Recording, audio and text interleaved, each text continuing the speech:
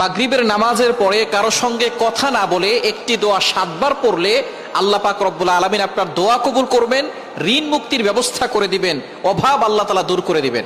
বর্তমান আমাদের সমাজে আমরা অনেকে আমল করতে চাই না। আমলের মাধ্যমে কিন্তু আপনি আপনার জীবনটাকে পরিবর্তন করতে পারেন। আমল দিয়ে যদি আপনি আপনার জীবনটাকে সাজান, দুনিয়াতেও শান্তি পাবেন, আখিরাতেও শান্তি পাবেন। নবীজি সাল্লাল্লাহু আলাইহি ওয়াসাল্লাম আমাদেরকে এমন কিছু দোয়া শিক্ষা দিয়েছেন যে দোয়ার মাধ্যমে কিন্তু আমরা সুখে শান্তিতে দুনিয়াতে বসবাস করতে পারি। নবীজি সাল্লাল্লাহু আলাইহি সাল্লামের কাছে অনেক সাহাবায়ে কেরাম বলতেন, ইয়া রাসূলুল্লাহ, আমার সম্পদ কম, দুনিয়া আমার কাছ থেকে দূরে সরে গেছে, ইয়া রাসূলুল্লাহ কিছু দোয়া বলে দেন। আমি ঋণে জর্জরিত হয়ে আছি, ইয়া রাসূলুল্লাহ কিছু দোয়া বলে দেন। নবীজি সাল্লাল্লাহু আলাইহি সাল্লাম তাদেরকে আমল বলে দিতেন। তারা আমল করে অনেকটা উপকৃত হতো, দুনিয়াতে তারা সম্পদের মালিক হয়ে যেত। সুতরাং আপনি যদি অভাব দূর করতে চান এবং ঋণ থেকে মুক্তি পেতে চান, অনেকে ঋণের জ্বালায় জর্জরিত হয়ে গেছে, ঋণের বোঝায়, ঋণের টেনশনে তাদের চোখে ঘুম আসে না। অনেকে লোন নিয়েছে, ঋণ পরিশোধ করতে পারছেন না। আপনি মাগরিবের নামাজের পরে কারো সঙ্গে কথা না বলে আপনি সেখানে বসে কিবলার দিকে মুখ করে একটি দোয়া পড়বেন। হযরত আলী রাদিয়াল্লাহু তাআলা আনহু বলেছেন, এই দোয়াটা যে ব্যক্তি পড়বে তার যদি পাহাড় সম পরিমাণ ঋণ থাকে, আল্লাহ তাআলা সেই ঋণ মুক্তির ব্যবস্থা করবেন এবং আল্লাহ পাক রব্বুল আলামিন তার অভাব দূর করবেন।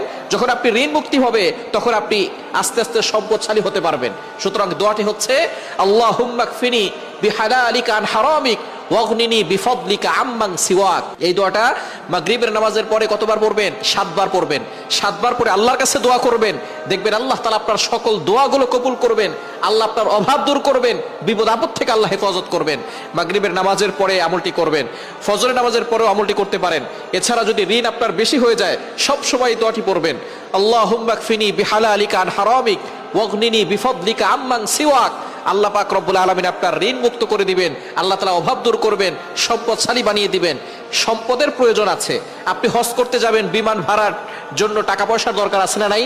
যাকাত দিতে হলে যদি আপনি যাকাত দেওয়ার নিসাব পরিমাণ মালিক না হন, তাহলে আপনি যাকাত দিতে পারবেন না। আপনি নিসাব পরিমাণ মালিক হলে আপনি যাকাত দিবেন। এখন আপনি যাকাত দিবেন, এই জন্য আপনার সম্পদ থাকার দরকার আছে।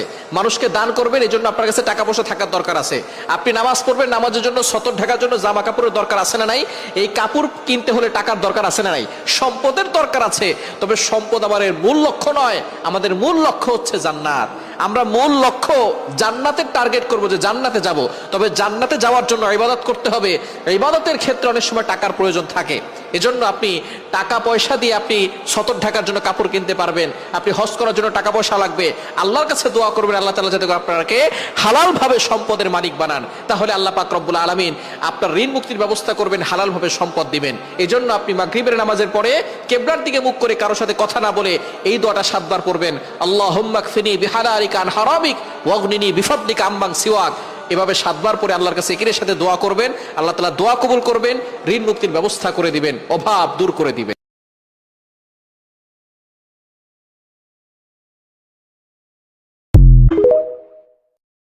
মাগরিবের নামাজের পরে কারো সঙ্গে কথা না বলে একটি দোয়া 7 বার পড়লে আল্লাহ পাক রব্বুল আলামিন আপনার দোয়া কবুল করবেন, ঋণ মুক্তির ব্যবস্থা করে দিবেন, অভাব আল্লাহ তাআলা দূর করে দিবেন।